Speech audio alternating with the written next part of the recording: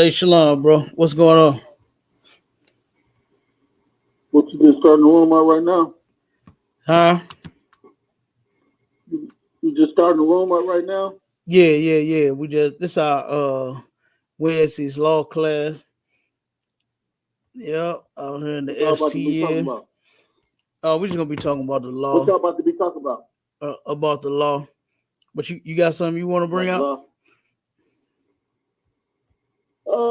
No, I'm just listening, trying to get in there, see what's going on. I'm just Okay. turning the channel, seeing what's on. You gonna be on here for a minute? Yeah, we be on here for a second. I'm gonna holler at you. I'll be back. Okay. I'll be back. All All right. right, no sweat. Shalom.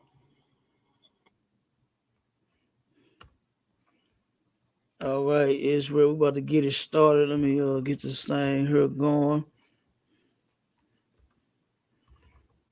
Type this in the chat real quick, and then we're gonna get it.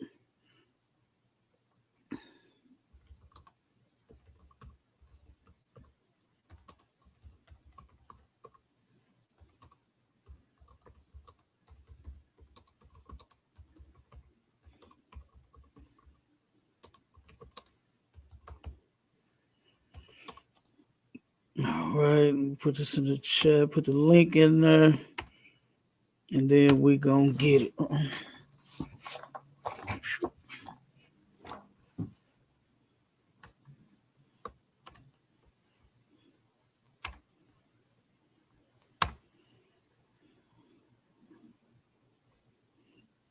All right.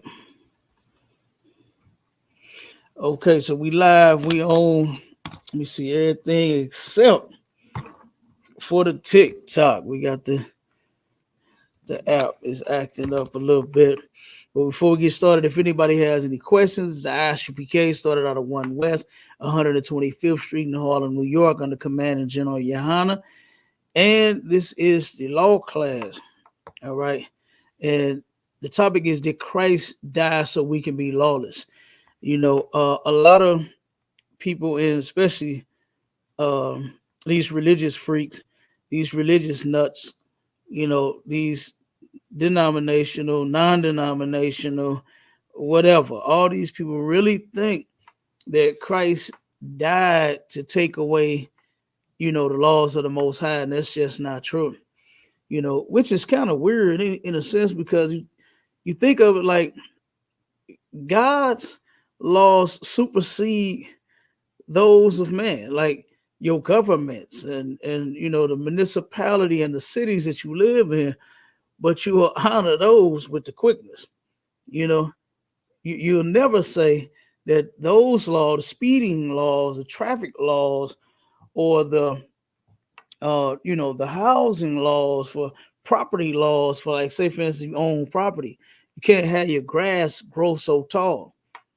You know, if you do, they'll fine you. You can't turn around and say, let your gutter hang. You know, you can't turn around and, you know, just have like trash and derelict cars on your property. Even though you own it, even though you're paying the mortgage on it, even though it's paid for, it can be paid for. And guess what? The government will still tell you that, hey, this grass is too tall. And they'll send you $150 ticket. I almost got one of those on one of my properties one time. Turn around and sent me a letter saying, if the grass get so high, I forgot how high it was, like 10 inches, something like that. It said, if it gets this high, we will cut it and send you $150 bill for cutting the grass. Mind you, I think at that time I was paying like $25 to get the grass cut, you know, the whole yard, front, back, you know, and, you know, hit it with the weed eater, trim it, you know, blow it down with the leaf blower. They was doing all that for $25. And here you go, you finna give me a ticket for a bill 50 if the grass gets so tall. So nobody ever says, hey, those grass cutting laws are done away with. You know, those property laws are done away with. You know, those speed limit laws are done away with. Nobody says that. But you know what they will say? We'll take the laws of God, which are our morals, which are necessary. These are needed. These laws of God are needed. I mean, look at this place. This place that we're living in is a prime example of why we need the Most High's laws so desperately. And I'm not even talking about everybody, right? I'm not talking about white people. I'm not talking about Chinese people. I'm not talking about African people. I'm not talking about no people but my own, blacks, Hispanics, and Native Indians, because those are the ones that I love and those are the ones that I care about. So I'm not worried about what other nations of people do. They want to. That don't affect me, long as they're not bothering my people, right? Say for instance, if a Chinese woman eats, a dog and a cat, that's on her. That's on her nasty ass. We don't get down like that. Long as we ain't going to their restaurants and they serving us the dogs and the cat, then we fine. So we stop going to their restaurants, then we'll be all right. But what a Chinese woman eats, that's on her. For a white man and a white woman to be homosexual and lesbian and do all the freaking nasty stuff and contract all of those diseases like AIDS and STDs and super AIDS and super gonorrhea and super syphilis and super crabs and super whatever the hell they got out there now, right? That wouldn't bother me. That wouldn't bother me one bit because I'm not going to turn around and sleep with a white woman to get infected, right? So the only somebody that I would be concerned with, as far as them being clean and being what one man say on Coming to America, completely free from infection. You understand? That's all I'm worried about is my sister being completely free from infections to be used at my discretion. You understand all of that? Okay. No, but for real, like I said, because I'm never going to turn around and take a white woman to even be bothered with any of that. I'll never know what that's like. Um, African woman, I'll never be with an African woman to know what she's like. You know, I'm only going to deal with the women of my people. That's it. That's the only kind of woman for me. Is an Israelite woman, black, Hispanic, or Native Indian. That's it. So, like I said, but nobody ever says that these laws that you follow out here in this land and in this world are done away with. You know, nobody says that the employer and the employee laws are done away with. Oh no, you're gonna do everything that boss say you do so you can get that check come Friday or bi-weekly or monthly, however the hell you get paid. That's what you're gonna do. All right. You're gonna turn around and you're gonna make sure you follow them rules so that you can get that check. But when it comes to the most high, when it comes to God's laws, you turn around and say that they are done away with and you don't have to follow them no more because Christ so-called died for that. And that's not true. That is not true. The laws still stand. Christ never died for you to continue to be lawless. He died. He gave you that example. He taught you how to keep the law so that you could keep the law. Like, this is insane and it's crazy to think that the Most High would actually take away something that's perfect. The Bible says that the laws are perfect, and I'm gonna get it for you. Let me get the scripture real quick because there was nothing wrong with the laws. All right, there's something wrong with your pastor. That's what something wrong with. There's something wrong with your preacher, your bishop, your reverend, your deacon to turn around and tell you that we don't have to keep God's laws anymore. Christ didn't even say that. It's in the Bible. The letters are in red. The words that came out of Christ's very own mouth. Okay. And he didn't even say that, yes, I'm going to die and you don't have to keep a law at all. You don't have to keep God's laws anymore. That don't even make sense. Like, no good father turns around and takes away the rules of his house to suit the children. That's not how that works. That's not how that works. Come on now. Y'all know, like I know, we done grew up in the same type of black households. All right. 1 second, everybody. Yeah, that app still ain't working right. The TikTok, I was gonna try to go live on the TikTok, but it's not. It's talking, but it ain't showing nothing.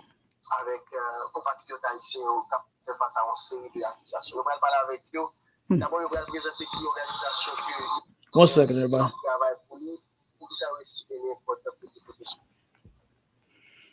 Yeah, it's talking, but it ain't playing. And the screen is completely black. So, but yeah, this is Psalms 19 and 7.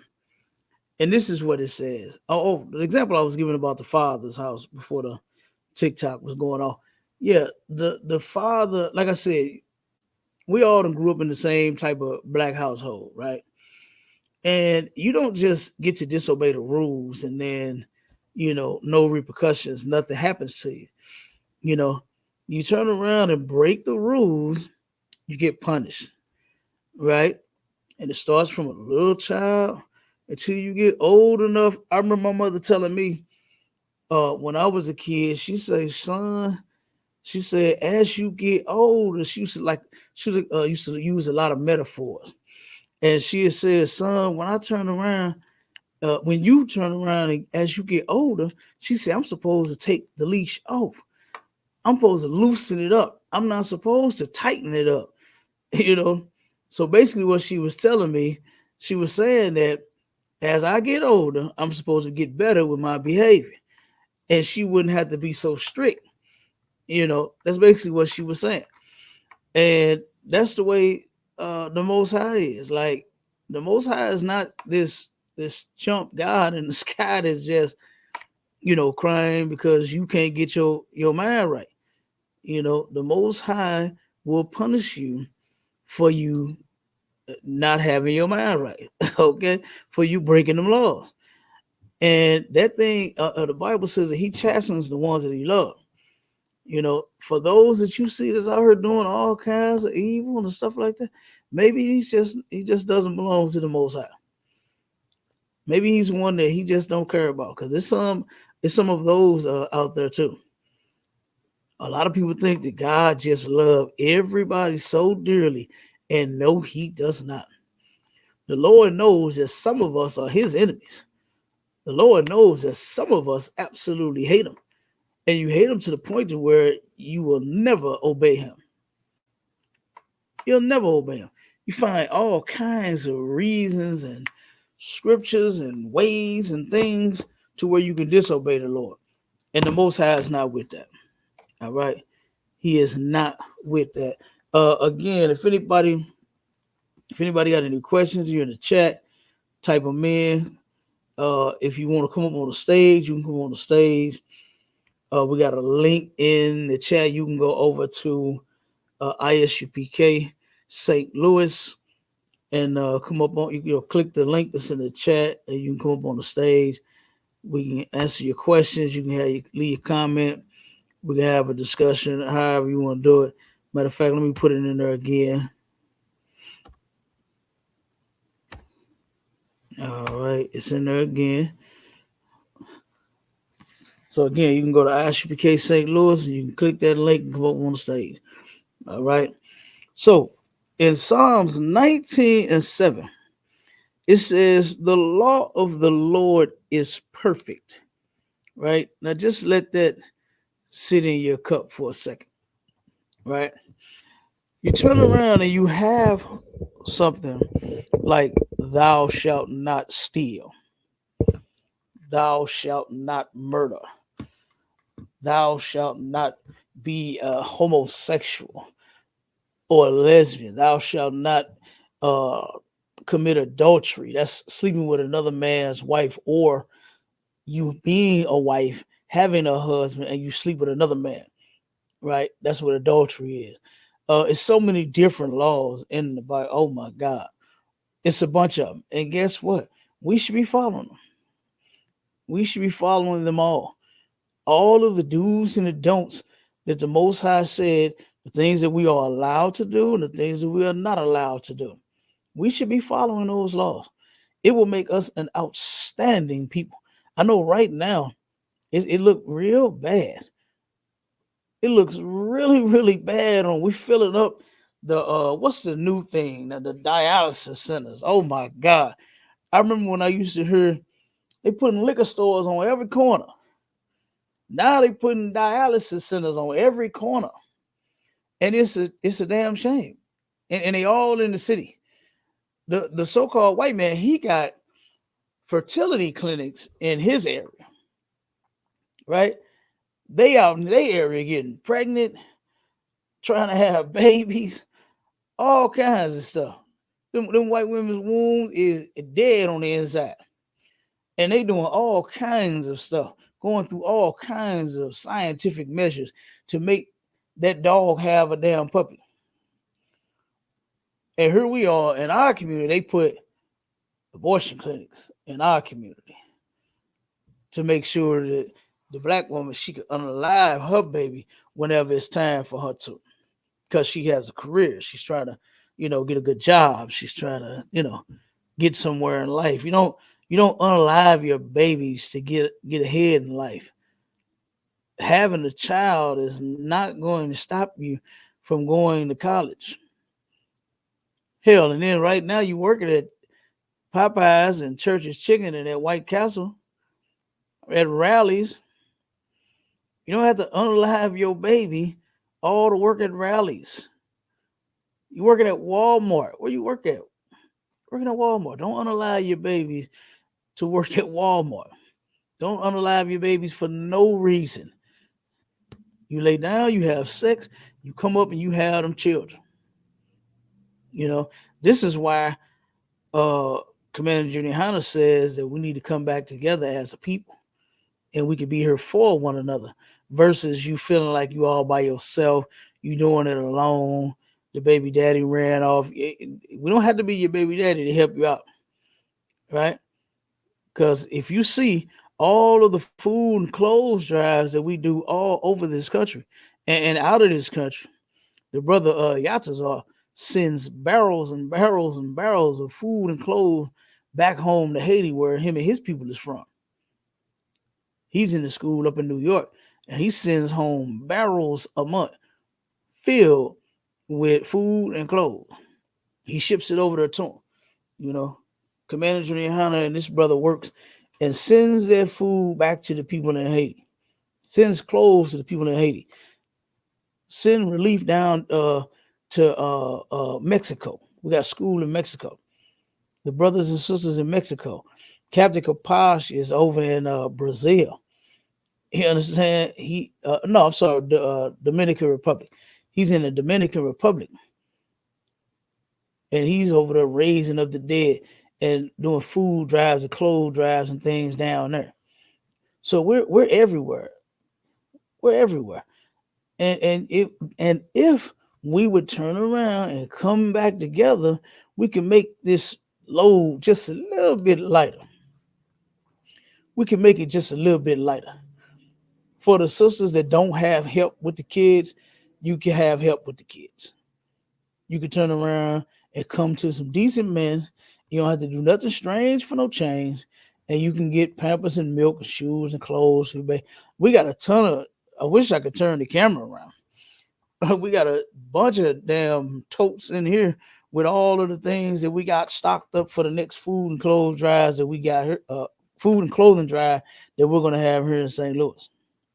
Okay, we got a whole stack of doggone shoes, totes with clothes and coats and canned goods and all kinds of stuff. All right. So, like I said, you don't have to unalive the baby to get ahead in life. You don't have to do nothing strange for no change. You don't have to do anything lawless. All we have to do is just turn around and come back together, right? You don't have to do anything sick and disgusting and something's going to make you feel bad about yourself and who you are and all of that. You can keep your sanity, you can keep your body, and you can get the things that you need if we were to come together as a people, right? So the law of the Lord is perfect, converting the soul. Now, if you want to see some change, that's what you want to do. You want to convert that soul of yours, okay? You want to change. You want to turn around and go from being whoever you are now, doing whatever you're doing now, to becoming totally brand new. All right? Become a brand new person.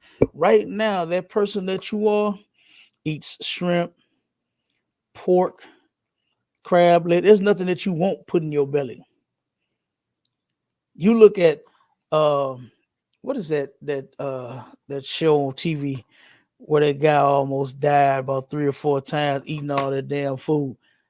I forgot the name of the show, but this cat goes everywhere eating everybody's food. Okay, he goes everywhere eating everybody's food, and he turned around and got sick several different times where they thought he was gonna die. So you see our oppressor going to fancy restaurants in and out of the country, spending $40 and $50 for a plate of jumbo shrimps and all this nonsense, and you really think that that's like the life? No, it's not. You think that's what's up? No, it's not. Well, Maria got invited to a party, and the sister said, "Oh man, we y'all gotta come. Y'all gotta come. It's gonna be so nice." She said the meals there are $72 a plate for just one person to eat. Say you're gonna love it. Just come and get no, no, and no. Number one, I know they ain't serving up nothing but abominations. Number two is for a birthday. Then three, I don't like no $75 plate. I ain't with that. I ain't with that. And so our people look at that and say, look, our oppressors, they eating good, they living the life, they doing this and doing that. And so then we want to copy it. We want to do it too. We can't wait to put the jumbo shrimps on our plate. We can't wait to get the crab broils. Like for instance, when here in St. Louis, when a lot of restaurants had closed, I forgot how many on that first round of businesses that closed. I think it was like 89 or something like that. It was almost 100 businesses that had closed during that first round of COVID, right? And I saw several different crab shacks and crab broils and crab fests open up. And I was like, wait a minute. Now all the burgers and fries and chickens is closing, and all of the goddamn crab broils is opening. And it made no sense to me, but they still open. Some of them other restaurants that tried to open, other burger joints, they closed. But them abominations are still on the table. Why? Why? Because guess what? Our people just got to have them. You are following our oppressor instead of God. The Bible says that we ought to obey God rather than man. So it says that the law of the Lord is perfect, converting the soul. You can convert your soul from eating shrimp, pork, crab, and lobster to actually keeping God's laws and eating clean. Eating clean. I remember one time at camp, we was out in Detroit. This was my was the first or second time out there in Detroit. And turned around, boy, and I mean the brothers and sisters was just shocked and amazed to hear the truth. They were shocked. This brother came out of the crowd right? Big crowd, bus stop downtown, big crowd, everybody waiting on these buses and all that. This brother comes out of the crowd, pulls Captain Marquard to the side, and say, now I'm listening to it as I'm speaking. I'm the one speaking. And I was actually speaking on the topic of eating lawfully, unlawful foods. And the brother asked Captain Marquard, he said, did I hear him right? He said, did he say we not supposed to eat pork? That it's in the Bible? That it's against God to eat pork? You know, he was a Christian, you know. He said, absolutely, brother. It's in the Bible. It's in Leviticus. Kept breaking it down on him. So the brother said, if we can't eat pork, what we gonna eat? Like in his mind, hearing that he can't have that abomination, he don't know that there's all kinds of other things that he can eat, such as beef. I'm sure he eat beef. I'm sure he's like most Negroes that love Taco Tuesday, right? Or Wednesday or Thursday or Friday, whatever day you want to go tacos. You understand? I'm sure this brother know about turkey. I'm sure he knows about turkey legs. You understand? Black folks make some good old turkey legs, boy. So I'm sure that this brother know that there are other things that you can't eat versus the damn pork. But in his mind, he said, what are we going to eat? And that's what Cap did. Cap ran it down to him and started naming all kinds of lawful meats that you can eat. And he, yeah, yeah, yeah, yeah, yeah. Yeah, yeah, yeah. Oh, yeah, yeah, yeah, yeah, yeah. That's all he kept saying. Because now it's coming to his remembrance. He's remembering now. Oh, yeah, yeah, chicken. Yeah, chicken. I forgot about that.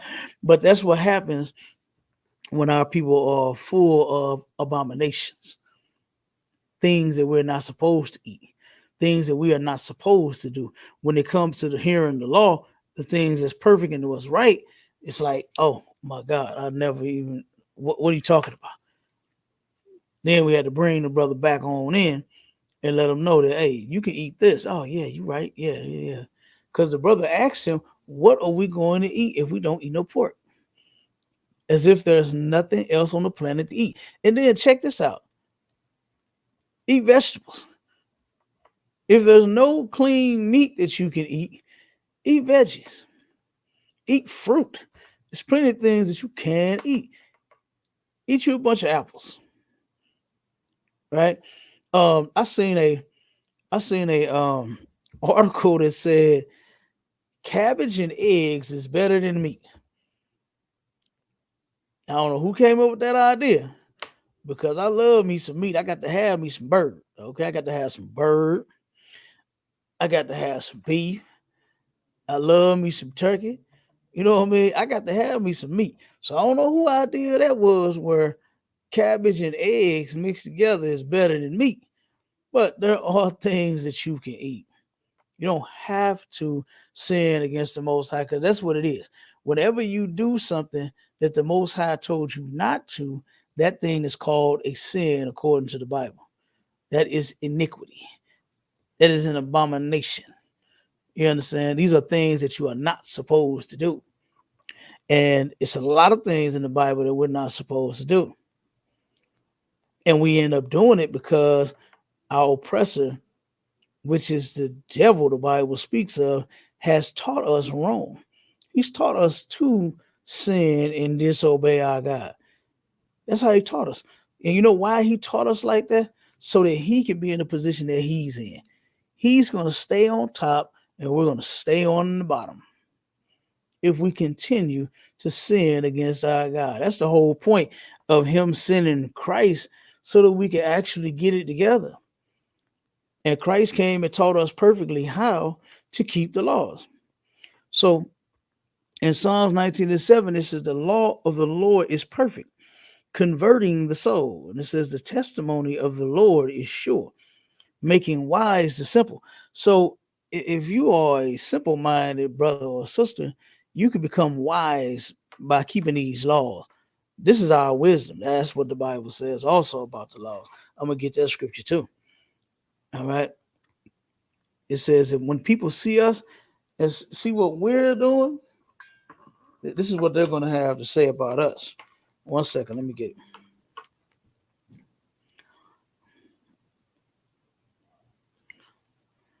All right.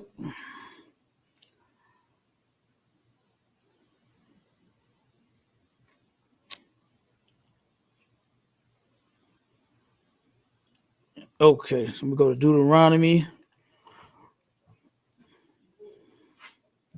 chapter 4. Come on.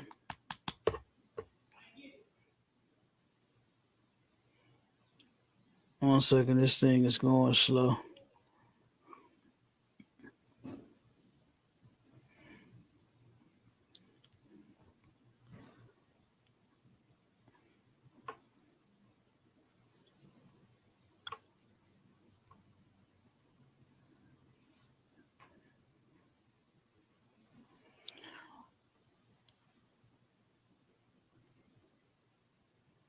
All right, all right, all right. Okay, I'm gonna start at verse 5. It's Deuteronomy chapter 4 and verse 5. It says this.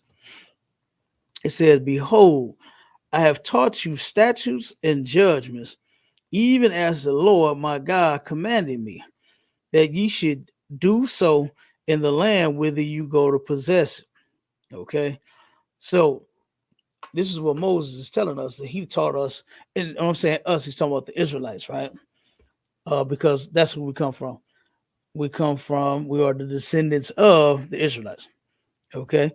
So he's talking about us essentially. Okay. And he says that he taught us statutes and judgments, right? Meaning the rules that we are required to follow and the judgments for you breaking those rules, the punishments, right? Like I said earlier when I mentioned the speed limit law, the traffic laws, um the house the property laws, right? Of if you turn around and you're driving, like I think here on Delmore and on Union, the speed limit is I think going both ways, like 35 going down Union. I think it's 35 going up Delmore, right? So if you turn around and you get caught speeding doing say 50 in the 35, the white man summons you to court. The police officer pulls you over. Y'all know all about them flashing red and white and blue lights, right? They get behind you. They ask you for your license and registration. They tell you why they was pulling you over because you was doing 60 and a 35, and they write it out and say, okay, you got to come to court on November the 15th, right? You get to court on November the 15th. The white man goes into the law. He pulls open that book and he said, okay, you broke this code here. And for the judgment of that code, the punishment of you breaking that code, that law, you must pay a fine of $98 plus court costs, right? So you can either say you guilty or plead or get a lawyer, do whatever you want, but that's what you charge with, and usually the fine on it comes right after that for traffic stuff. That's minor, you know. No huge proceeding has to happen. Some cases you could turn around, like say for instance, if you don't have your license, if you don't have insurance, you could turn around and come with insurance, and that'll eliminate the ticket. You can come with your license, and that'll eliminate the ticket. Since you have it now, since you didn't have it then, you have it now. They'll just make you pay like court costs and a little fine, but you won't have to pay for the ticket for not having your license or not having your insurance because you have it now.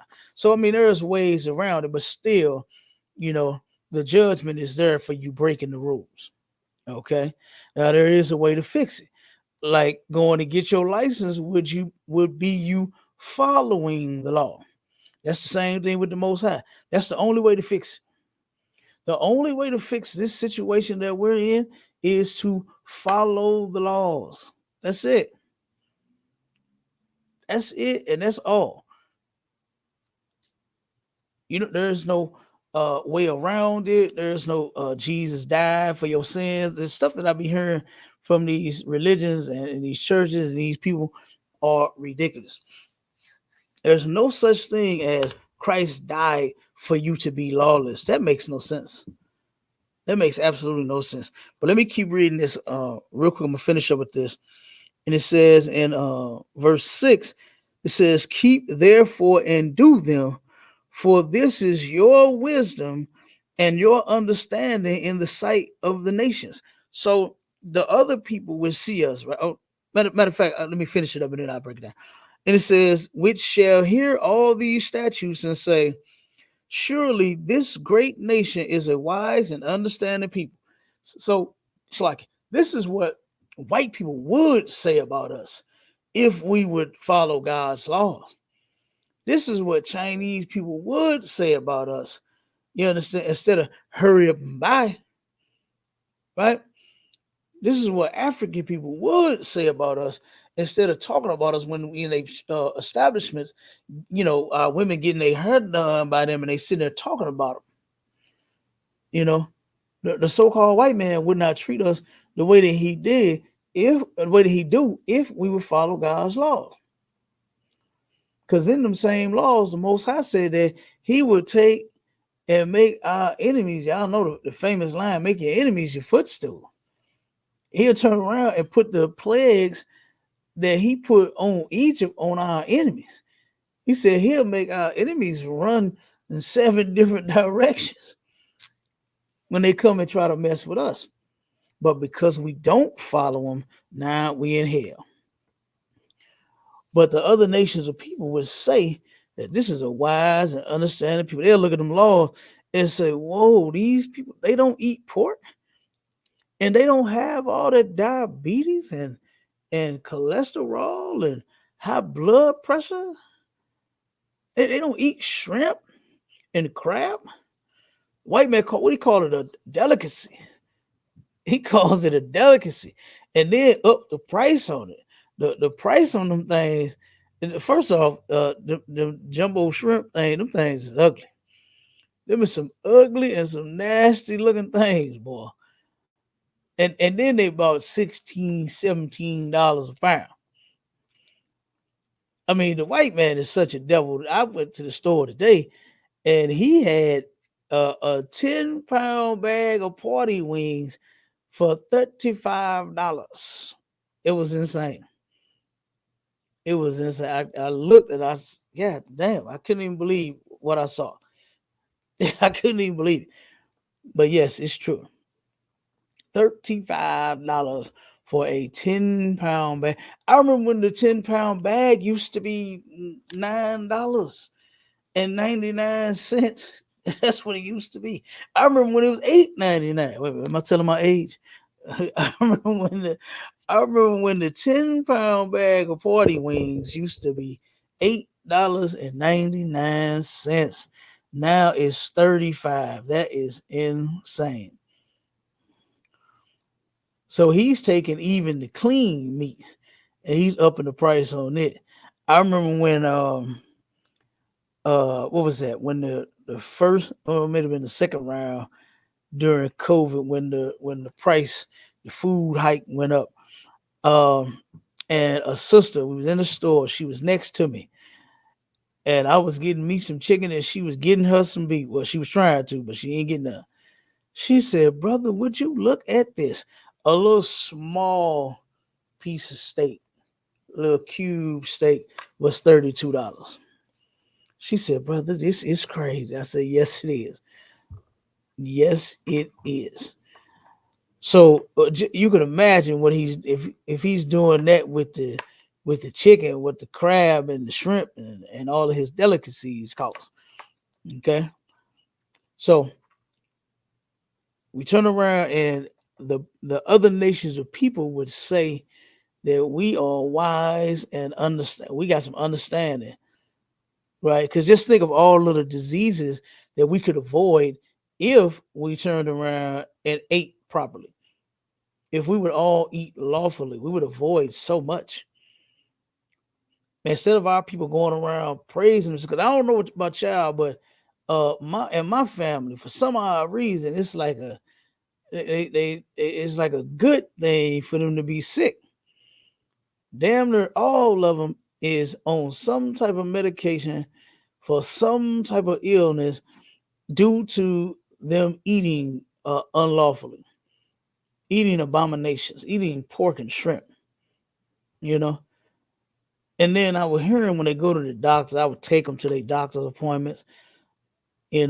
Other family member come around and they would sit and say, "Oh, all my medicines I gotta take 12 pills." My daddy, I think he used to have to take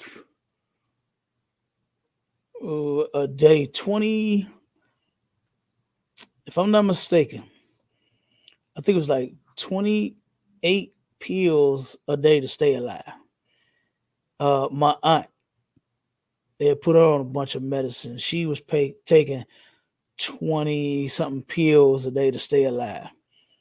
You know, then it went from them pills, and then it went to dialysis, and then it went to kidney failure, then it went to cancers, and then it went to it's all kinds of stuff, back to back to back. You know, back to back to back. So what the Lord is saying, Hello. what you say, brother? Hey, yeah. Okay. How's it going? What's going on in here?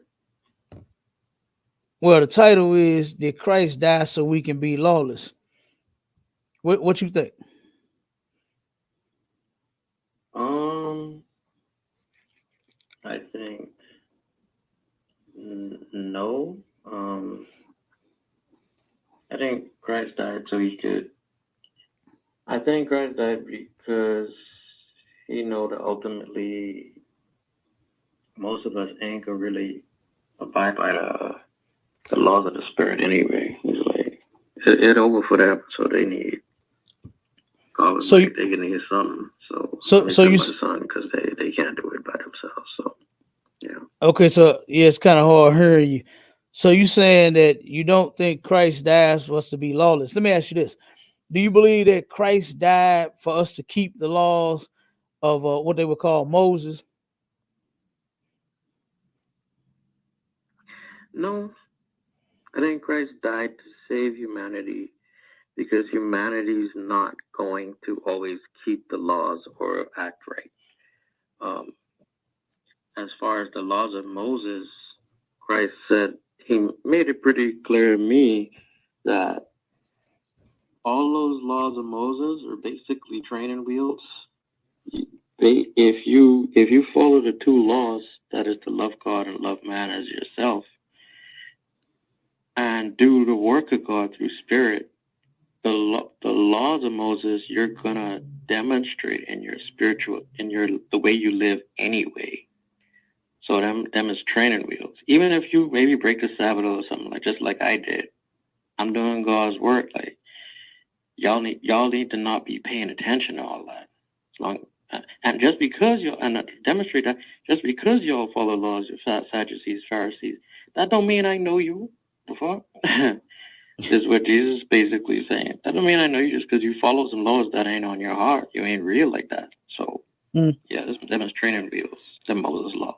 Oh, okay. So you're saying that those two laws, and I think I know what scripture that you're mentioning. Those are the only two laws that we are supposed to keep. I wouldn't say that. I do know that at least according to Jesus, the Son of the Most High, he said that all the laws hang on these.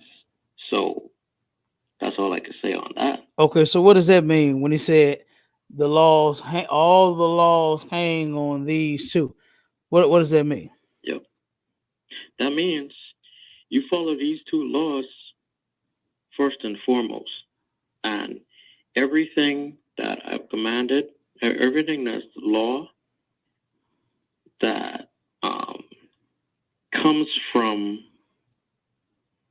adhering to these two laws written on your heart. So if you love God and you love man as you love yourself, you're not going to be, doing certain things, which just so happen to be laws um, that were mete out to you before I came, before I fulfilled the law. So the laws for Moses are actually incomplete.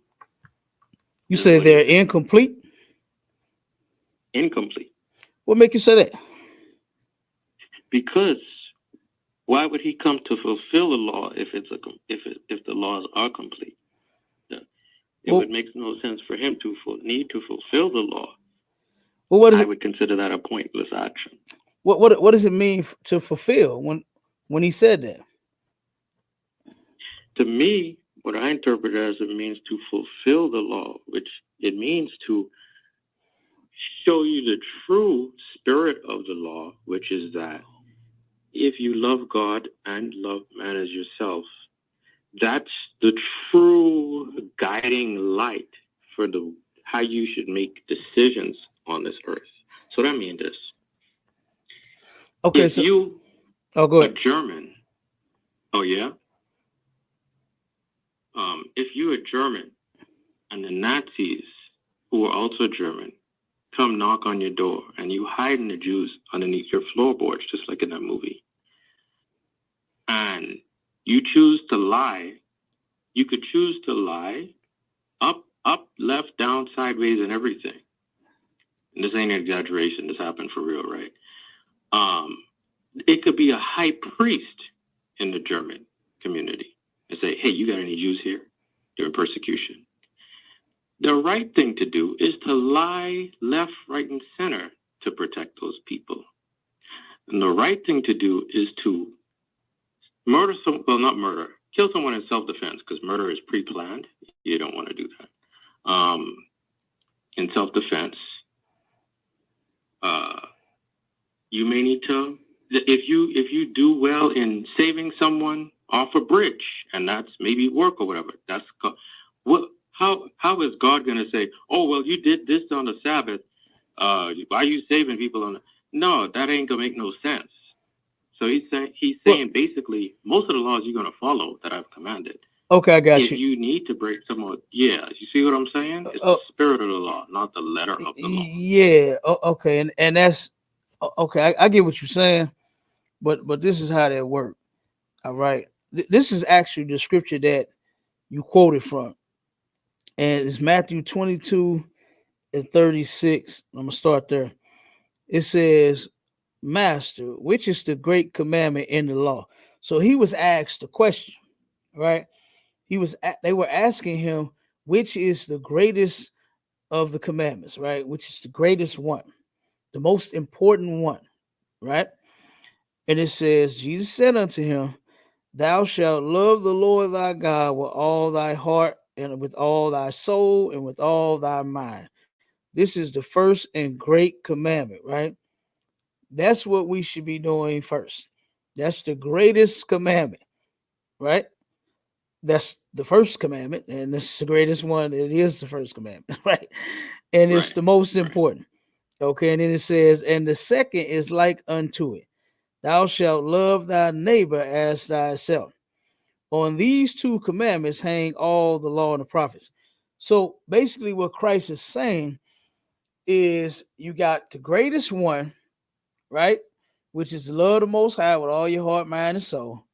Then to turn around and love your brothers and your sisters as you love yourself, right? So those are the first two. Right. Those are the greatest two. See, they got the greatest one. It's the first and the great commandment.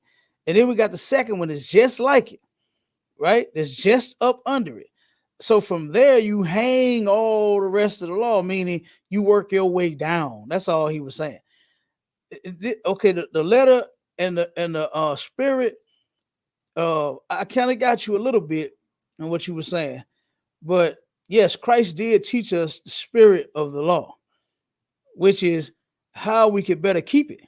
By him teaching us the spirit behind a man not coveting another man's wife and his house and all of that, guess what happens? The neighborhood is at peace. Brothers are at peace.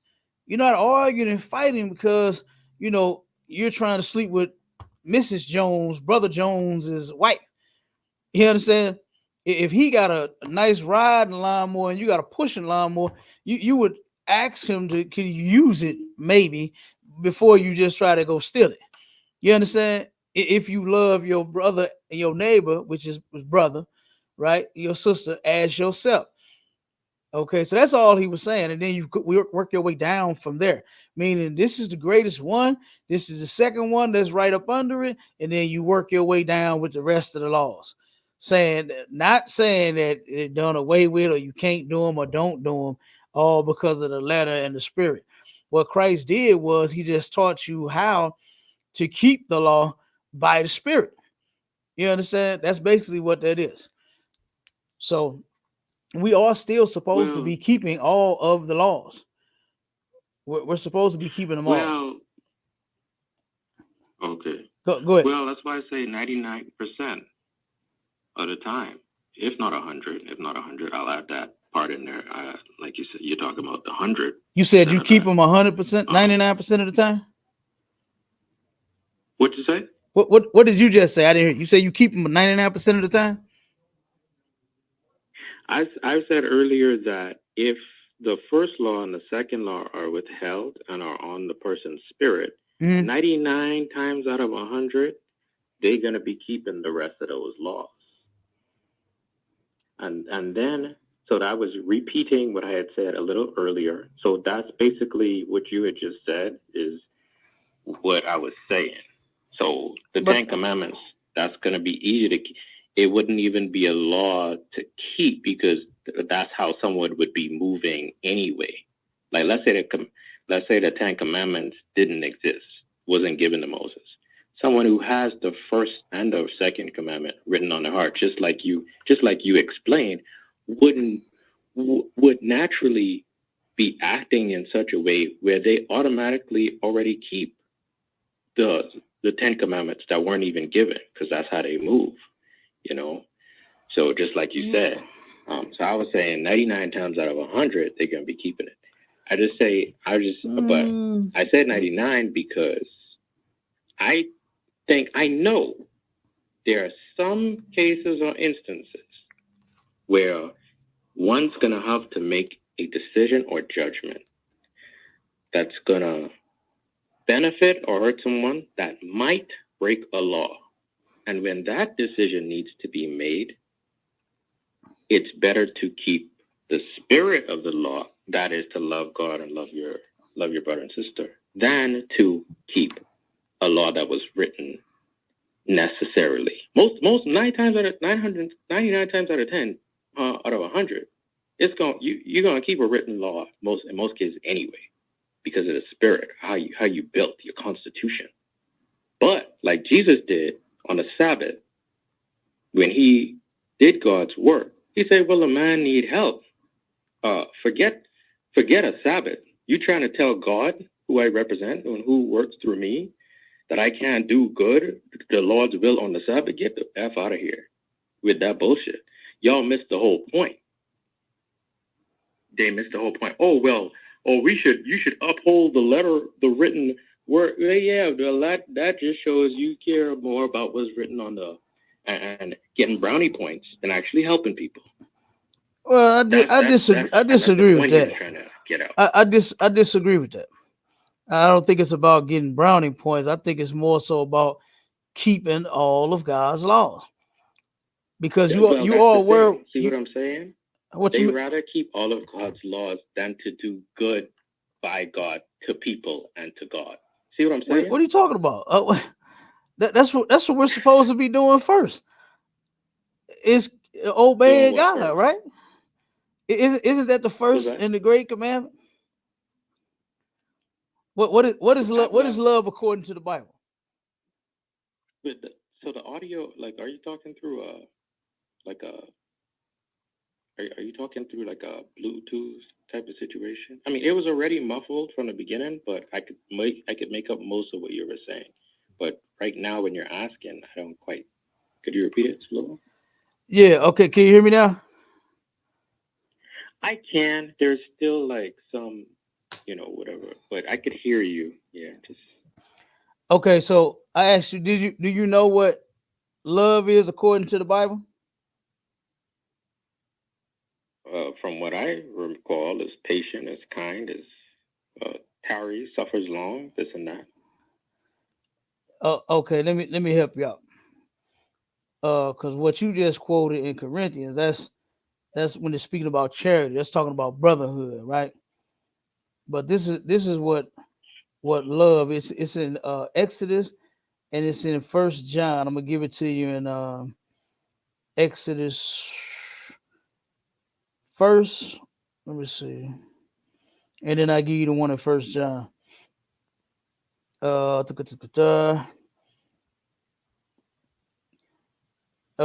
I'm gonna start at verse 4, Exodus 20 and verse 4, so you can kind of understand. It says, "Thou shalt not make any, it's like, thou shalt not make unto thee any graven image, or any likeness of anything that is in heaven above, or that is in the earth beneath, or that is in the water under the earth. Thou shalt not bow down thyself to them, nor serve them, for I am the Lord thy God, am a jealous God, visiting the iniquity of the fathers upon the children unto the third and fourth generation of them that hate me."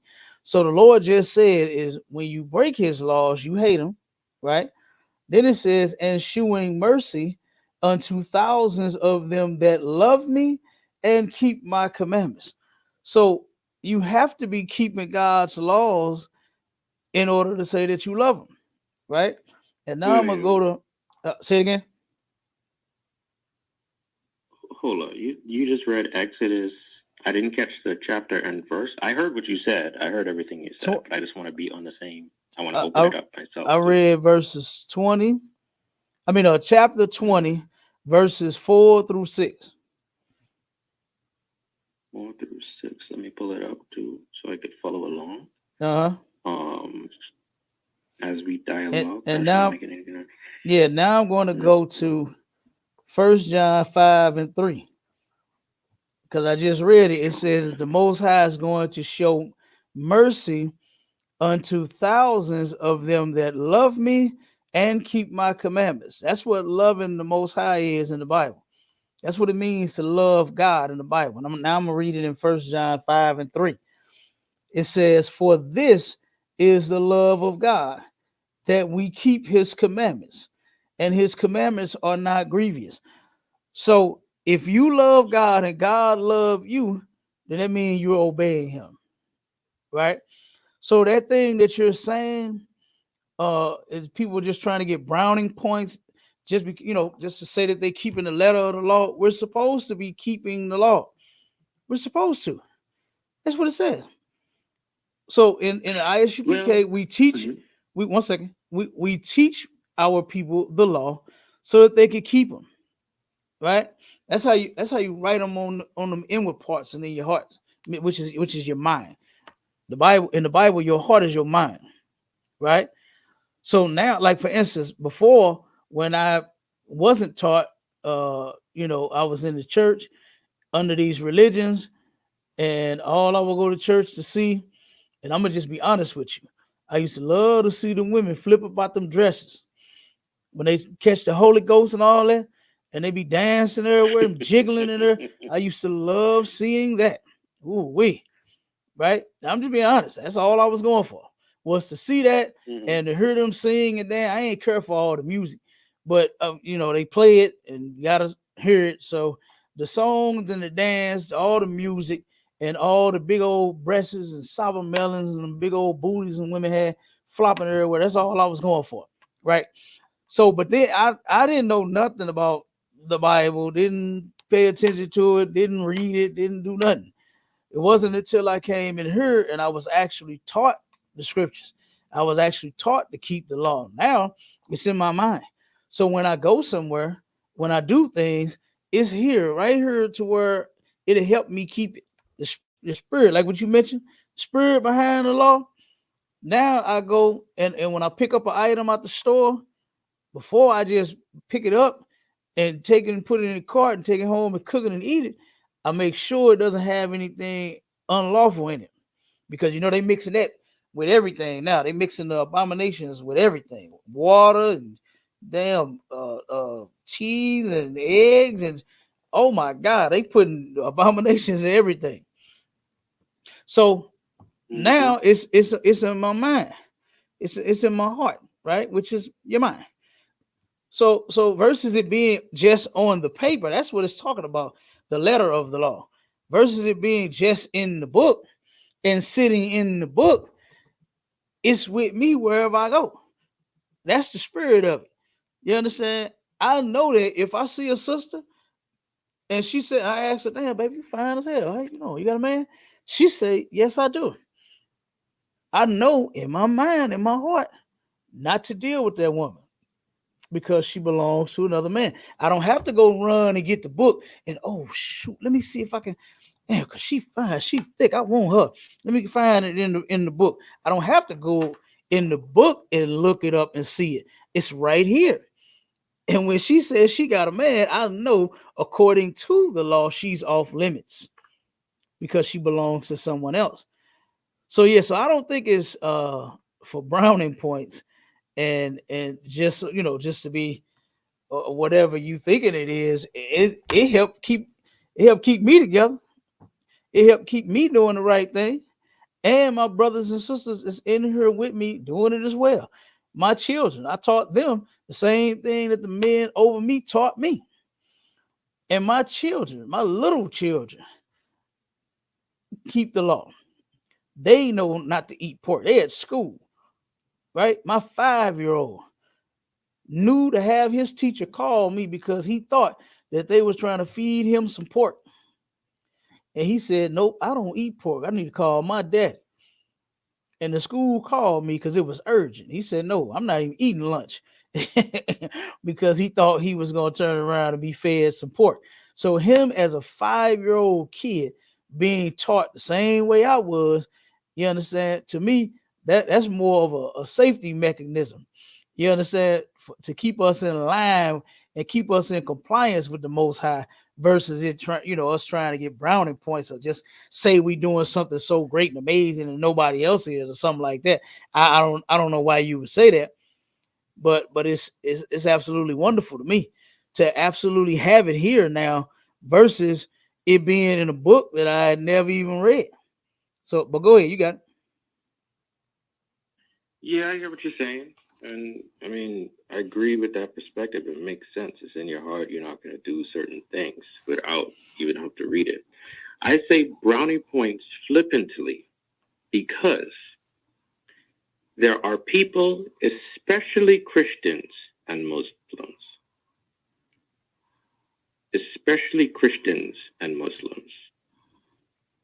who take what they've learned they should and should not do as priority over how they address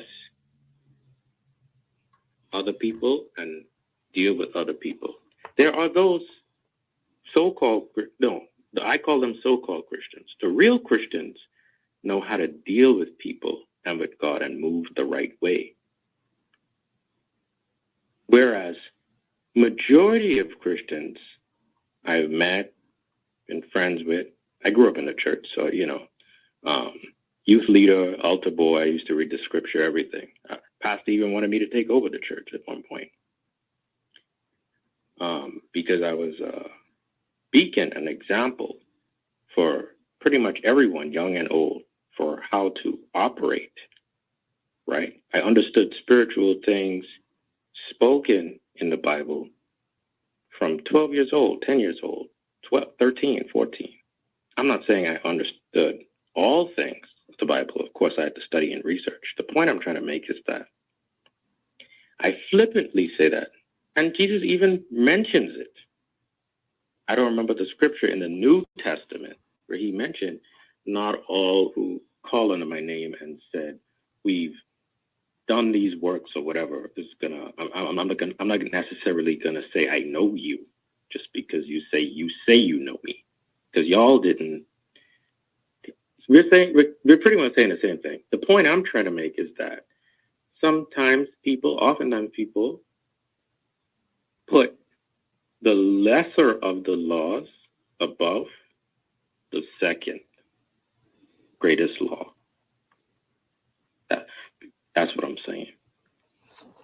I got you. Yeah, I got you. I got you. because So they're trying to do, and I get what you're saying. They're trying to follow the laws because they're trying to do the right thing. They don't want to you they don't got want to to.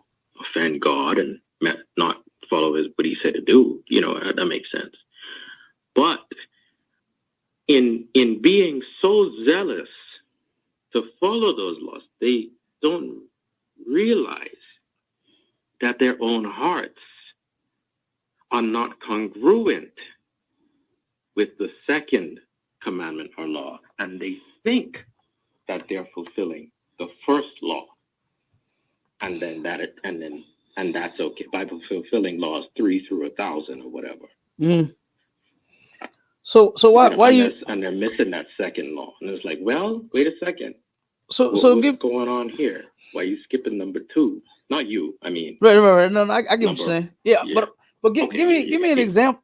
Give me an example of how people are so zealous to where they missing number 2. I don't get it because all of us in here, like I said, I know you weren't talking about me, but I'm just using me as an example. Me and my brothers, you know what I'm saying? We are zealous as all get out, right? And we don't miss number 2.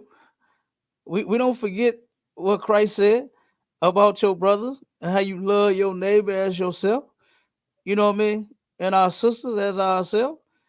We don't forget it. So give me an example because I done heard that a couple of times, but the things that have been explained to me really didn't explain it. You know, so if you could explain that to me, how what you've seen to where somebody is just so zealous to keep the laws of God, but they're missing, like you said, number 2, to when you're supposed to love your neighbor as you love yourself. So give me an example of that. One example, I was 14, or I was 15 at the time, I can't remember. There was this girl in our church named Kenny's. She ended up getting pregnant by her mom's boyfriend. The biological father wasn't really in the picture.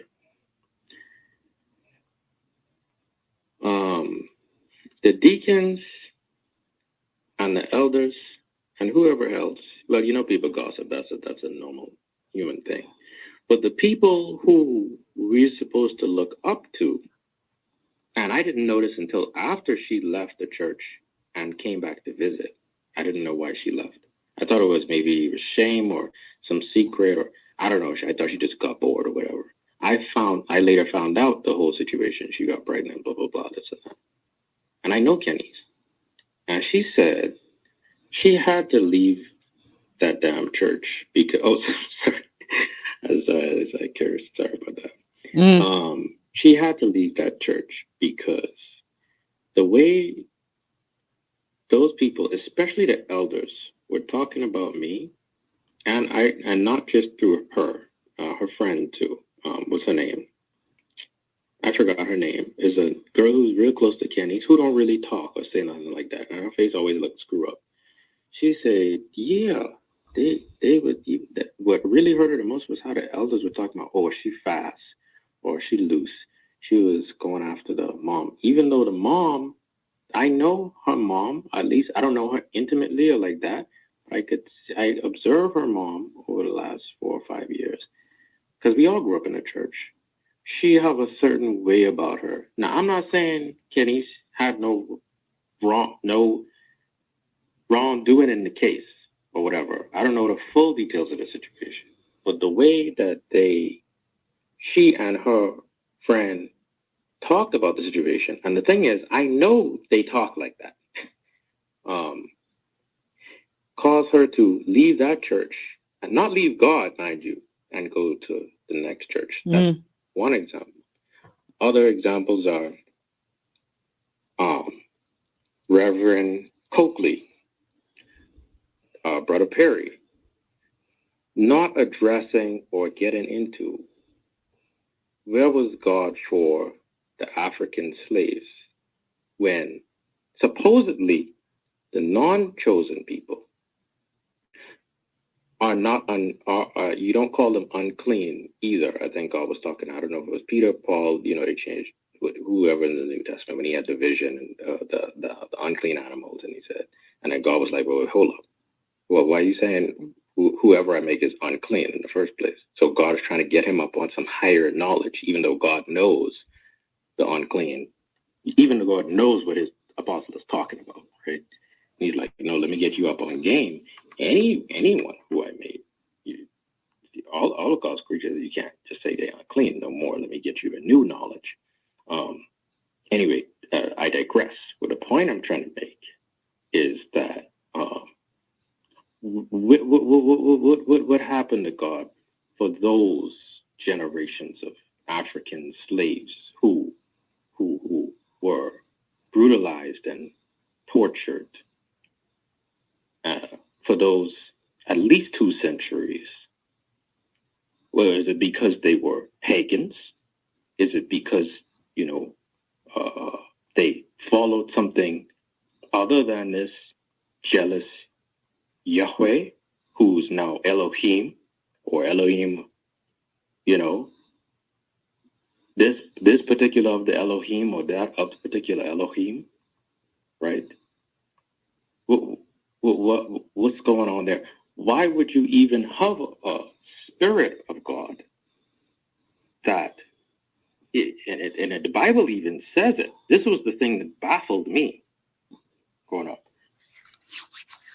Why is it the case that, and it could be the case, but I was asking, why is it the case that that man, you say that man of his own will can't make himself, his own self is at enmity with God, and he himself, that is man himself, cannot make himself clean. God has to do that. And it is the Spirit of God that drags man to himself, to Jesus, that is, the Lord. And I'm like, wait a second, hold on. If I'm reading this correctly, you're saying, and it does make sense because you're the one who's righteous. It makes sense. Because you're righteous, only you could bring or drag or whatever the word is in the Greek text. It could mean multiple things, but yield, tempt, persuade, pull a human who is unclean to you because you know the way and they don't. Okay, that makes sense. So it's a setup, essentially, which is fine because maybe God's working things for good, Other examples. But check this out. Check this out. Check it. Don't listen to let me go off of that example that you just gave real quick. You said that these people was in the church, and you said she got pregnant by who? She got pregnant by her mom's boyfriend. Her mother's boyfriend. I'm not saying she's not responsible to some degree. Yeah. Now hold on. Now see, that's not an example of, saying a person so zealous for the laws that they missed the second one. If you know anything about church folks, like I know church folks, they're all hypocrites. People in the church are hypocrites. They don't obey God. In these religions, what kind of denomination was this church? This was Baptist. Baptist. Come on, man. We already know how crazy the Baptist church is. The only thing they good for in the Baptist church is singing all them damn songs. You know what I'm saying? So that wasn't a good example. So the example I need is for a person. Hold on. Listen to me. Listen. I need the example of the person that's so zealous for to keep the laws of God, to where you said they're missing the second one, which is to love your neighbor as yourself. Matter of fact, let me read it. Let me read it so that everybody will be that's listening and tuning in will be on the same page and where we at. Right? Christians rather judge people than to edify them. That's the point I'm making. That's true. That is absolutely true. They'll sit here and judge the folks, talk about them, you know, and they doing some of the same things. They doing some of the same sins that the people they talk about doing. It's always a mess going on in these churches. But this is what this is what we talking at. We Matthew 22 and 36. And it says, Master, which is the great commandment in the law? Jesus said unto him, Thou shalt love the Lord thy God with all thy heart, and with all thy soul, and with all thy mind. This is the first and great commandment, right? So I'm trying to get the example of somebody that's so zealous to keep the laws of God to where they're missing the second one. And this is the second one. It says, and the second is like unto it, thou shalt love thy neighbor as thyself. So this is the second great commandment. This is number two. We gave number one, which is loving the Most High, and then number two. And you said that, and this ain't the first time I heard it. And these are the kind of answers that I get to where the question never gets answered. It goes unanswered, right? I need an example of somebody that's so zealous to keep the laws of God to where they're missing law number two, which is like the first one, which is to love your neighbor, which is your brothers and your sisters as you love yourself. Right. So I'm trying to that example ain't get it. No, because but what makes hold on. What makes it a bad example if they're denigrating her for doing what's wrong, not addressing the brother, the man who slept with her, not giving her emotional support, not having conversations with her, not doing any outreach to see what could be done. I mean, all of those are examples of the second, of what one would do, I would expect, of the second commandment, but they did none of that, to the point where she left the church because they were so busy judging her based on the third to the 1,000th commandment. So, but here's the thing though. But here's the thing. That's a good example. Here's the thing, Tech, and I think you missed it because what you said was people are so zealous to keep the laws that they're missing the second one, where they're not able to love their brother and their sister as they self. That example that you gave is not it. Those people in them churches are not zealous for the law. They don't care about God's laws. They teach that you don't have to keep them.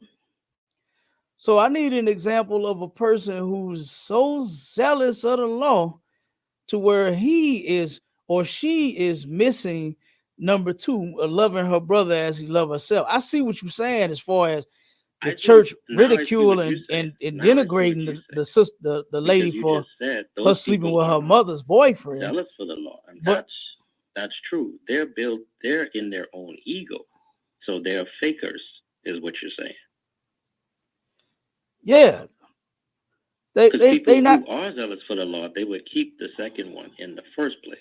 So who I'm talking about are posers, not people who are actually zealous for the law. You said they're who?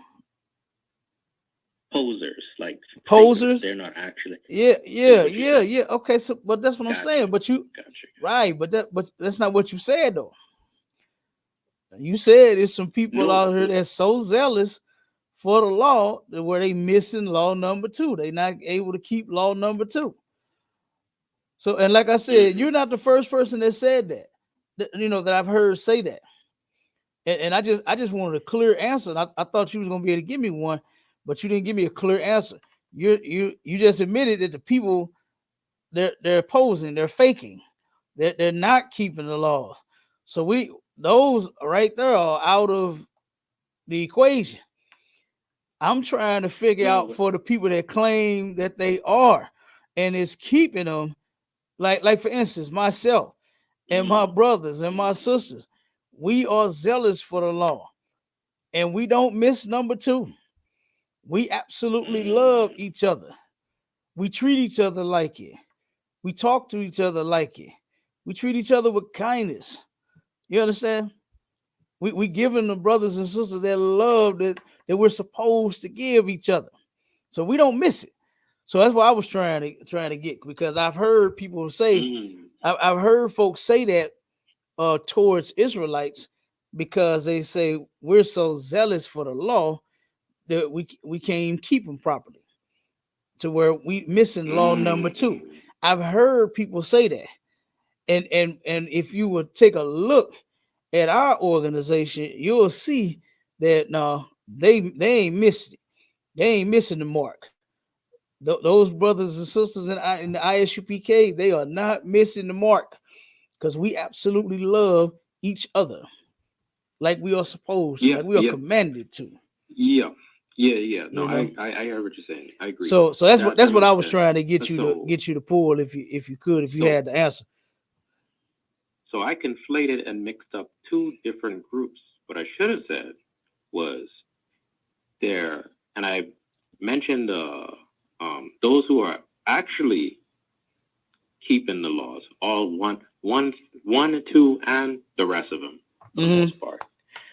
Those who I consider the real Christians, and then there's a overwhelming majority of ones who I've met who call themselves Christians. They believe in Christendom and doctrine and laws 3 through the rest of whatever, but they're not keeping law number 2, and in some cases not number 1, in a number of cases not number 1 and 2.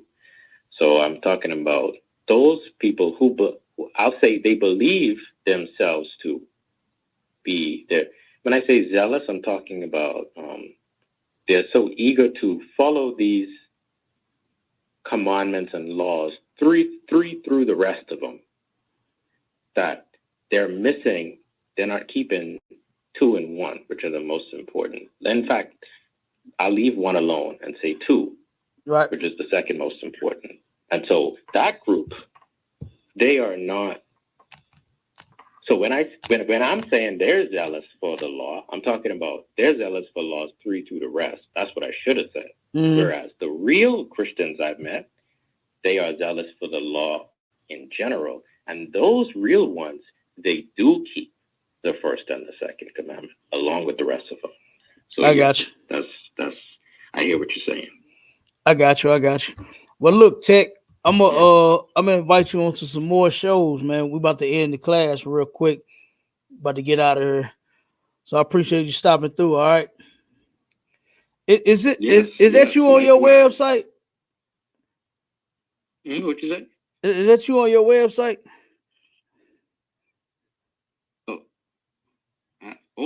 Is that me on my website? Oh, let me see what I got on here. Let me see. Yeah, the like brother on one you got on one video that I saw. Let me see. You got a low haircut. And you sitting there explaining what shit. Hold on, let me see.